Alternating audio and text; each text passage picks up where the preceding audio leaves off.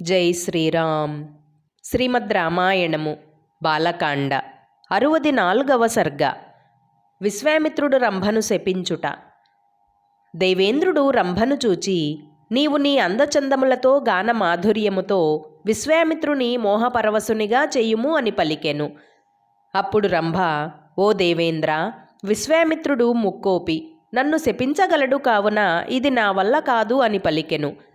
భయపడుచున్న రంభను చూచి, నీకు భయము వలదు, నేను మన్మధునితో కలసి కోకిలనై వసంతమున సుందర వృక్షమున నీ సమీపమునే నిలుతును, నీవు భయపడవలదు అని పలికి విశ్వామిత్రుని చెంతకు పంపెను.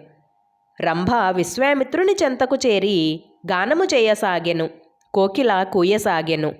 విశ్వామిత్రుడు అది అంతయూ గమనించి, ఇది దేవేంద్రుని పని అని నిశ్చయించుకొని రంభను చూచి, ఓసి 10,000 సంవత్సరములు సెలవై పడియుండుము అని శాపమిచ్చెను.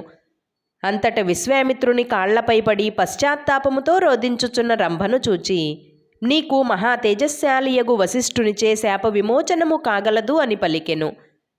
జితేంద్రియత్వమునకై ప్రయత్నించుచున్న నేను కోపమునకు వశమైతిని అని విశ్వామిత్రుడు పశ్చాత్తాపము నొంది మాటలాడక, ఆహారము తీసుకొనక, గాలిని కూడా తీసుకొనక తపస్సు చేసెదను అని తలచి తూర్పు దిక్కునకు వెడలిపోయెను. జై శ్రీరామ్. 64వ సర్గ సంపూర్ణము. అందరికీ నమస్కారం. పూర్వజ డివోషనల్ ఛానల్కు స్వాగతం. మీకు గనక ఈ వీడియో నచ్చినట్లయితే దయచేసి లైక్ చేయండి, షేర్ చేయండి, ఇంకా కామెంట్ చేయండి. సబ్స్క్రైబ్ చేయడం, బెల్ ఐకాన్ నొక్కడం మర్చిపోకండి.